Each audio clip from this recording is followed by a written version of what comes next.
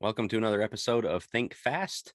As we've said a number of times, we really started this YouTube talk show, roundtable, whatever you want to call it, to keep up with things and have rapid reactions. And one of those things that's happening a lot lately is these mass shootings. We've had some requests to talk about those. We're not really going to look so much into the shootings themselves, gun control, all of that talk. That's another talk for another day. Something that was interesting to both Joe and I, as we looked at this, was so many times it is a disenchanted, disaffected, depressed young man, and how often that is the case, how many stories there are of that, loners, isolated, having their problems. And you look at that and think, why does that keep happening? Number one. And then number two, that's the extreme, that there's not that many of these people. And so you could say, well, there's only just a small handful of these young loner guys out there, but there's also a really high youth male suicide rate and depression rate. And you think of, all of the other things, all of the loner stuff, and there's other factors that go in with it as well. Joe, if you want to add a few to this idea of the aimless, lost, loner young man. Yeah, it's so sad. As you said that we just had, I think in McEwen, which is real close by, and another one anyway, somewhere real close here in Middle Tennessee, two suicides, a 17-year-old and an 18-year-old male. One had just graduated. I think it was within a couple days. And somebody that we're related to kind of distantly. And you hear about these things, and your heart goes out to the family, obviously, but you just realize this is the story for a lot of families of these young kids that are around graduating high school age, maybe just into college. They experience extreme depression. And there's a stigma for young men to kind of feel that. I'll be honest, being coming from that, there's a stigma with us getting into pornography and like you said, the aimlessness. We don't know what we want to do with life. And I feel like we're failing young men. And the school shooting that just took place, and the a lot of these shootings, as you talked about, not getting into any of the political side of it other than to say we're really failing young men in this country, and we can focus on women's rights, we can focus on all sorts of different stuff. Sure, they can have their day, but who's taking care of the young men population with our aimlessness, with depression rates skyrocketing, with staying in their room? There's a term Japan has, and I'm trying to remember the term. Melissa and I have talked about them, and you and I actually were talking about it, of these young men. There's a specific term in Japan for it, and they have hidden themselves away from the world. Like they live in their parents' basement, they don't come out. It's a real big problem there. They've estimated that there could be up to like 3 million in Japan, like a lot of them. Um, it just an insane amount of men that have decided we're disenfranchised. We're really disillusioned with the world, is I guess the word I'm looking for. Like they're disillusioned, but also disenfranchised. Who cares about them? Who's there for them? Who's thinking about them? And so, just to spell out the problem, we're looking at this, and this is what Jack and I were talking about, and Will as well. Though again, he's at camp this week, and so unable to make it on this one. But we've all kicked around this idea of like, for us as young men, with the depression, with the porn, with the aimlessness, with not knowing where we're going in life, with the suicide rates, with the active aggression they act out in these, the shootings, whatever it is. What should we do about it, Jack? I'm going to kick back to you. What do we do about this problem? I think we'll start with some of the negatives before we get to the bad. The young rambunctious little boy, 5-year-old, 6-year-old, 7-year-old, and they stick him on some kind of pill because ADHD. He's all over the place. He's too active. Essentially, we're looking at little boyhood in itself, just a natural thing, and saying this is a bad thing. We've got to eradicate it. We've got to medicate it and keep it from happening. And so we don't understand what a boy even should be starting at that young age, and then it grows into their teenage years. We've talked a lot about, you put a screen in front of them, and man, video games. How many kids do you know that are YouTube addicted and video game addicted, and just can't get out from in front of that screen, can't live without that screen. And then as they grow, pornography. We've done a lot on that lately here on the channel and on our Think Deeper podcast, and so check out those resources. But that's something that in itself is it's so damaging to men. And all of these things, I mean, there's a million things, these things, environmental factors, the food that we eat these days. This is something you can look it up, that in the last 20 years, testosterone, well, really 40 years, but testosterone rates, the hormones God put in the male body to make a male have fallen off a cliff. Yeah, it was something about like in the last 20 years, what the testosterone rate that a 60-year-old had in the year 2000 is what a 20-year-old male has now.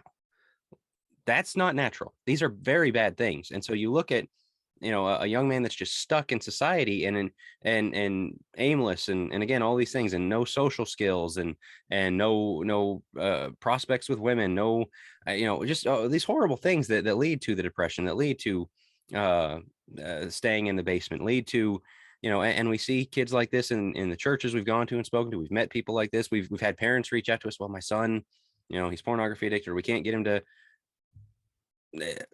okay, some of that we've got to start cutting out. On the other hand, let's go to the other side of good things we need to do, and we need to realize what the purpose of a male is. We did a whole episode on that Right. on Think Deeper of masculinity.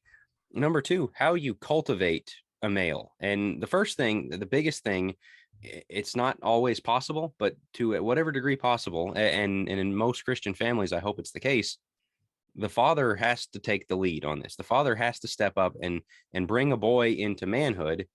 And man, letting them sit there with pornography on their phone, with sitting in front of a screen 24/7, eating nothing but junk, doing nothing, contributing nothing, achieving nothing. And then the messages we get a lot of times are from moms, well-meaning moms Right. who are trying to steer and navigate. And so, but it turns into an overbearing mom because the dad's not doing his job and she's having to double do. And so number one, fathers have to step up here. And they have to step up in their own lives, because there's a lot of fathers who, if what you just described, the porn addicted, the eating junk, the not taking care of themselves, they may have a job, but it might be a dead end job. They're sick of work and they complain about it, whatever it may be. What are you modeling for your kid? What are you modeling for your son? Are you modeling somebody who's hungry, who hungers and thirsts for righteousness? Somebody who's a go getter, who's like, man, whether I'm working a dead end job at 7-Eleven, I'm going to give it my very best because that's what God's called me to. We have to model this for our boys. And this is something, Jack, you and I talk about as young fathers. Like, we have very young kids. And I think about, what do I want Harrison and Lachlan, and for you to have Robbie and John to grow up and to think about life, and to view it. We have to view masculinity as a very good thing. You touched on this, right? We cannot view boys as broken little girls, as girls that are, well, they just get angry too much. That's part of being a man, testosterone, like you said, the bouncing off the walls, the rambunctiousness. If that's channeled appropriately, and this starts with dads. And the problem is, because the dads are aloof, dads can convince themselves, well, I'm not gone. I'm not completely absent. I'm still part of the family. I mean, yeah, I come home and watch TV and don't really interact with the kids at all, but I'm still here. That's still absence. That's still neglect. You can still be very present and be a neglectful dad, to be an absent dad. And so what are you modeling for your kids? Are you showing them that good communication is important, that working hard is important, that chasing God with everything you have is important? So yeah, I think that point there that you're making, it's starting with the fathers, is critical. And it's tough to make a point after that. There's things you can do. Not everybody, like you said, not everybody has a father in the home. I understand that. There's divorce situations, there's all sorts of stuff. We're not speaking to those particularly. If you're a divorced dad, you got to do everything that you can to help your kids out, because they have that much more trauma and issues involved. Um, but like you said, it kind of breaks your heart when the moms are the ones that are driving the train for their kids to succeed, for their kids to make it in life, for their kids to get out of their porn addiction. Where are the dads? And dad, if you're a dad out there that has those problems, yourself, fix those problems yourself. You got to do something for your kids. Why are we experiencing all these issues we just pointed out? A lack of male leadership. Ultimately, I feel like it just comes back to a lack of male leadership in the church and in the home. I think a good example would be David to Solomon. David was not a perfect father. You see the problems he had in his family, but man, he was preparing Solomon, telling him, here's what you need to do, and here's what you need to focus on. Solomon, even to his son. Now, Solomon, again, made a lot of his own mistakes, a lot of his own sins, but the Proverbs, son, listen to wise sayings. Go after wisdom. Don't go after this woman. Don't go after these things. Work hard. Be honest. All the values the Proverbs give us. I mean, that's a starting place in its own. Fathers, teach your son, walk through the Proverbs with your sons, walk through, the Gospels with your sons and Jesus and, God the Father to Jesus the Son at his baptism. He was there for him. He endorsed, he said, I'm essentially in whom I'm well pleased. He said, I'm proud of him. My beloved son. He said, I love you. All these things need to happen. And so, yeah, we're really calling for fathers to do that. One of the other things about it is, we have kids show up to our churches without fathers. Their moms bringing them, their grandparents are bringing them, whatever the case is. The dad, is gone. One of my big regrets in ministry has been not stepping up into the lives of the kids in that situation that I've had the opportunity to be around. And man, the Catholic Church and their scandal has kind of scared us off of this. And then I mean, there's even been ministers, just across the board, with scandals, with crimes, with stuff like that. So don't be alone with them. Avoid that kind of stuff, but get a couple of men to take one of the young guys in, rope them into the men's ministry, the men's studies, the men's fellowship of the church. Really invest in their lives if there are those people that don't have fathers, because man, we can't just keep losing these kids. Because again, it's not to say they're all going to become school shooters or mass shooters, or that Yeah. they're all going to commit suicide. Those are the extreme ends. But between here and between healthy and the extreme, there are millions of young guys that need somebody, need something done in their lives. You were talking about this, or we were talking about this off air, of the 90s TV shows, right? And Boy Meets World happens to be one of our favorites. And the dads on some of these 90 TV shows, I don't always agree how everything went down. The Danny Tanners of Full House, but and you had made this point. I thought this was really interesting.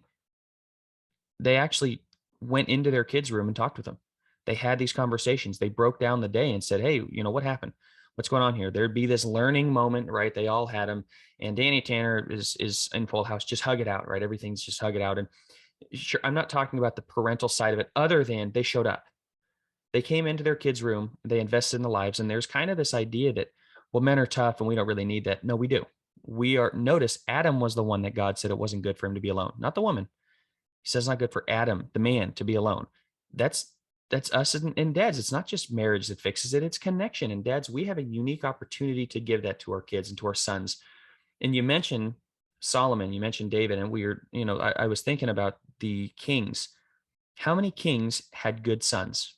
Hardly any of them. So good for you. Pat yourself on the back. You made it to heaven. You did a really good job. What's the legacy you're leaving for your kid? What's coming after you?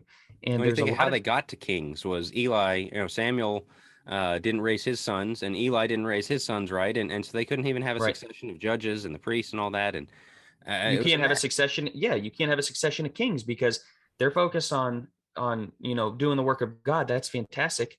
Their kids are a mess. Samuel's kids are a mess. Eli's kids are a mess. Solomon's kids are a mess. So all the issues really from the Israelites come down from fathers not doing their job. So if you're a dad and you say, "Well, I'm a Christian, I'm doing this," that's good for you. What are you doing to pass it down to the next generation? What legacy are you going to leave? Are all your kids faithful? Half the kids, more than half the kids, are walking out the door never to return into the church. I fault fathers on that a lot of the place. And when moms have to step up and be the mom and the dad, not to beat that dead horse, but please, dads, we need you to step up, because us young men, we lack direction, we lack connection, we lack all the things that are really making a healthy young man. And then we get the memes on Facebook of, don't know how to drive a stick shift, don't know how to do a clutch. Like, who you didn't teach us. Why in the world would we know? It falls just as much on you as it does on us. What, did you just happen to have a genie teach you how to do it? No, your dad taught you, right? Or you had a man in your life. And we didn't always have that, right? And so for us young men, reach out, right? Jack, as you said, I think for men in the church that maybe you don't have sons, maybe your sons are out of the house, connect with the young kids, man. Um, Talk with them, invest in their lives, show them that they care. But for us young men, yes, it's just as much on us. Reach out for that. Recognize this is, I need this. I need accountability in my life. I need somebody to believe in me. So maybe go out of your way a little bit more to reach out to the older men in your congregation. And if you're the older man, take them in. Take them in as one of your own. The Take care other of them. the other side of this is, as we mentioned earlier, that boys are treated like broken little girls. Little girls can sit still and pay attention in kindergarten. Little boys can't. We got to medicate the boys. That continues on into their teenage years, where we think the girls need to be loved and told, kind of coddled in that way. Boys need to be challenged. They need to be loved. Yeah, they need to be told, "I love you and I'm proud of you" and all that. But they also need to be challenged. They need Yeah, to really be pushed and made to allowed to make mistakes. In a controlled environment, in a sense.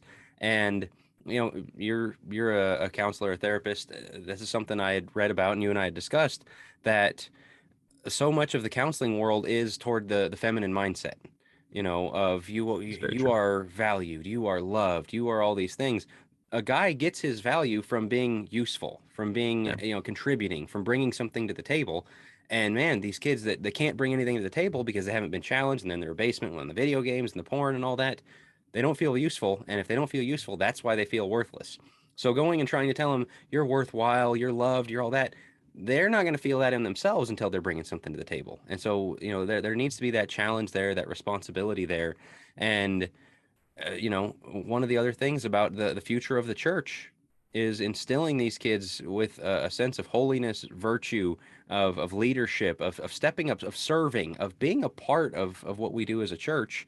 And that doesn't just happen. And again, as we leave kids in the basement, as we leave kids to their porn and their video games and all the distractions of the world, we're failing them. And so we've got to reverse the course on that. I'll give you the final word. Is there anything else we need to add? I don't think so. All right. So again, let's really turn this around. Let's not continue to allow these young men. We can't fix everybody. We can't save everybody, but man, a little bit of presence would go a long way in this area. And so let's just take the warning sign that these headlines are and do Yeah. something about it. So we will talk to you guys next week on Think Fast.